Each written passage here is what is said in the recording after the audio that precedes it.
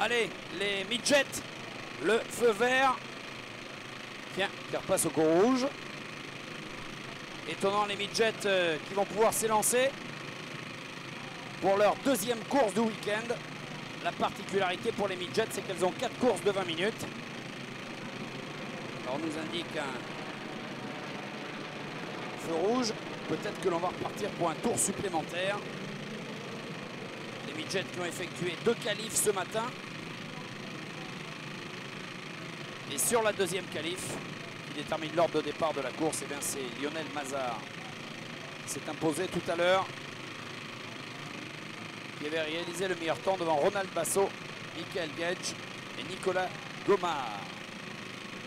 Feu rouge. Procédure décalée ou reportée. En tout cas, le départ ne sera pas donné à ce moment-là. Feu vert, ça y est, c'est parti. Allez, attention, et la bagarre tout de suite. Dès le premier virage. Avec Mazar, me semble-t-il. Mazar, Basso et Gage.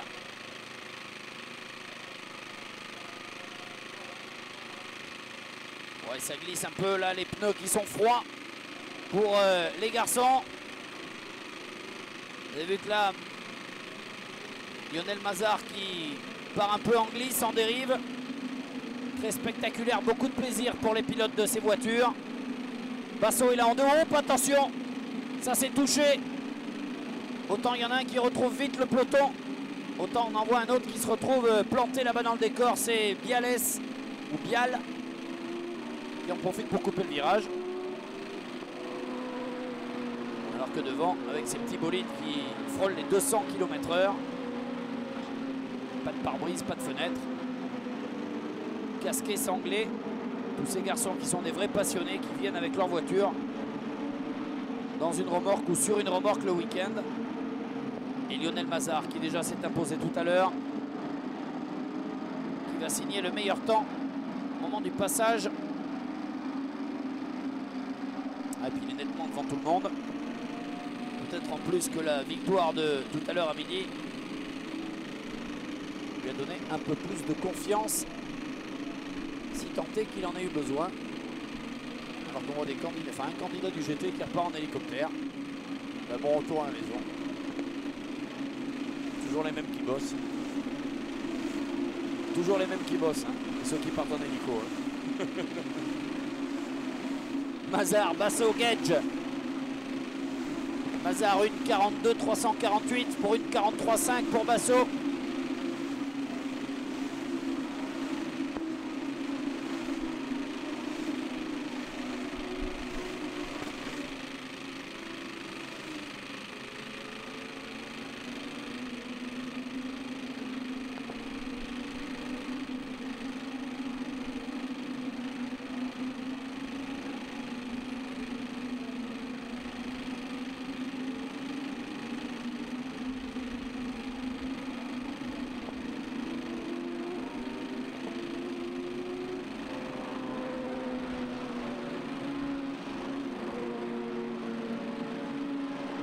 Hop là. Et deux voitures à l'envers. Voilà messieurs. Potier et Georges visiblement. Ils vont repartir. Et la Max attaque pendant ce temps-là. Mazar continue d'accentuer son avance.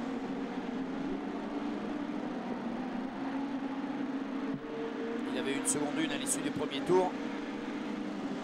Pas de doute que ce sera encore plus spectaculaire dans quelques secondes. Il y a au moins 2 secondes là. Allez, il va arriver devant la ligne de départ et d'arrivée. Lionel Mazar qui donne une leçon à tout le monde. Il s'est imposé lors de la première course. Et là, il est en tête. Le voilà. L'écart. 1 seconde 159. Gage est déjà à 3 secondes 4.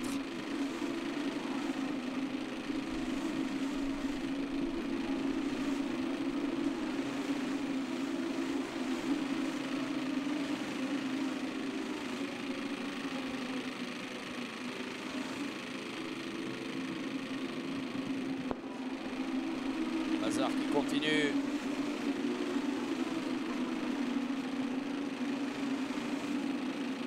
Basso, Gage.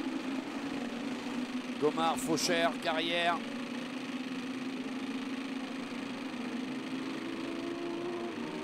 Les garçons qui vont aller se chatouiller un peu plus tard. Il n'y a pas de doute là-dessus. C'est ce qui fait le charme de la midget. Alors que là, hop là, ils étaient au moins 3 ou 4 à être partis à la faute. Certains à droite, certains à gauche. Il y avait eu touchette en tout cas.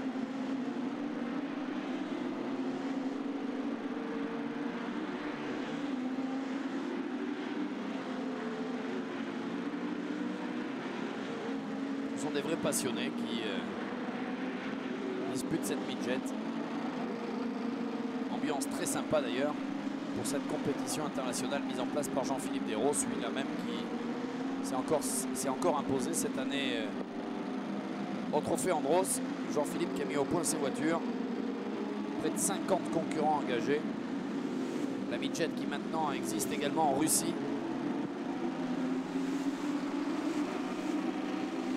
Et on comprend mieux parce qu'on a toutes les sensations.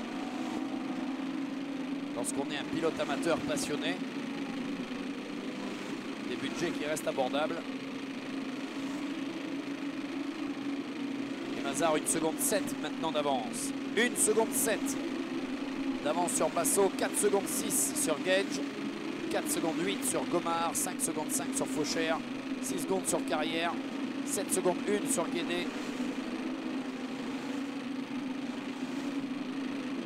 Et attention là. En plus, ces midgets sont des voitures qui ont un sacré look, une sacrée gueule. Et vous apercevez, on va la voir, là, la dernière en noir et blanc, la numéro 33. C'est celle qui était toute noire tout à l'heure, qui était partie en pôle avec Fauchère, qui s'était fait percuter à l'arrière, souvenez-vous, lors de la première course.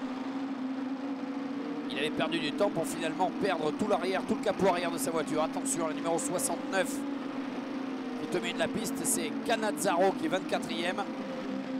Et donc pour en venir à Fauchère, eh bien, on lui a mis un capot tout neuf, ce qui est plus facile. Notamment parce que il y a un aileron et que les appuis sont essentiels, même dans ces catégories. Alors que là, c'est chaud entre Gage et Gomard. Fauchère est juste derrière. Gage, Gomard, Fauchère se tiennent en 1 seconde. Et pendant ce temps, Mazar déroule. 1 seconde 5 d'avance.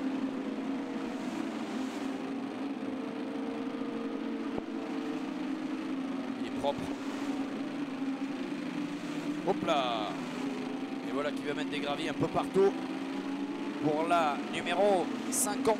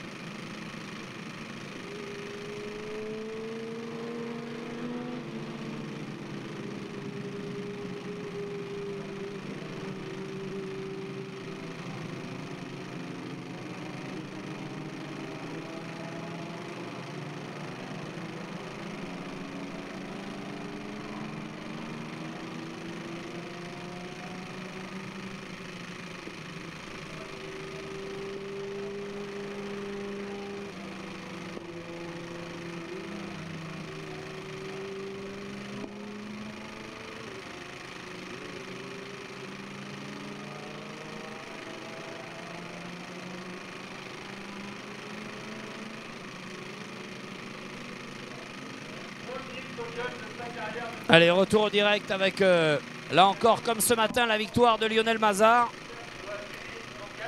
Une petite vérif sur les pressions des pneumatiques. La voiture est propre, c'est qu'on n'a pas été beaucoup dans les graviers. Et c'est le moins qu'on puisse dire. Il n'y est même pas allé du tout. Lionel Mazard qui félicite Jean-Philippe Desraux.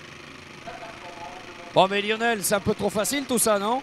On dirait, ouais, non, franchement c'est assez compliqué quand même. La piste ce soir était beaucoup plus chaude que ce matin et c'était quand même très glissant, donc il fallait faire attention, d'autant plus que j'avais Ronald Basso dans le rétro. Je l'ai vu toute la course, donc j'ai essayé quand même d'appliquer pour ne pas me faire remonter. T'étais au taquet tout le long? Ouais, pratiquement, ouais. C'est piégeux ici? Assez piégeux, surtout quand on roule après des formules comme les GT, ils déposent beaucoup de gommes qui ne sont pas du tout les mêmes que les nôtres, donc ça glisse beaucoup. Ouais, c'est surtout qu'il y a pas mal de concurrents qui déposent des gravillons, hein. J'en ai vu 2-3 arriver. Hein. Il y en a quelques-uns effectivement, ouais. Bon, et 2 sur 2, il en reste 2 demain? Oui, de demain, mais on va partir 10e, donc ce sera plus compliqué, mais il y aura du spectacle. Ok, merci, bravo Lionel.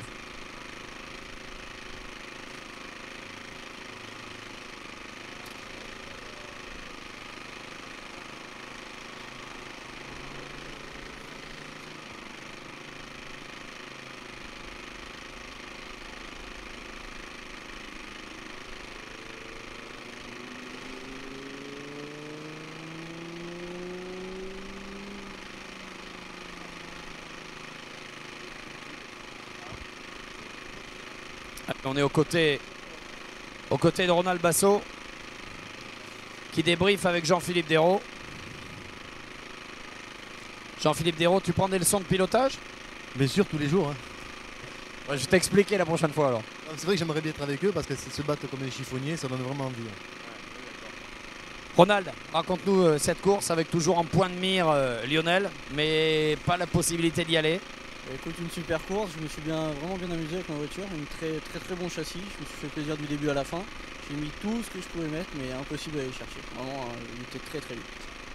Qu'est-ce qui manquait ou à ton avis, pourquoi Là, je sais pas, il est parti peut-être un petit peu mieux et j'ai pas réussi à recoller. Après, il a mis la petite seconde qui allait bien d'écart et après, impossible de le recoller. Et l'état de la piste? La piste est bien, il y a du grip, non, franchement, une piste très sympa. Les midgets? Super. Merci, bravo. Roller Faucher qui termine 3e. Ça va, bravo.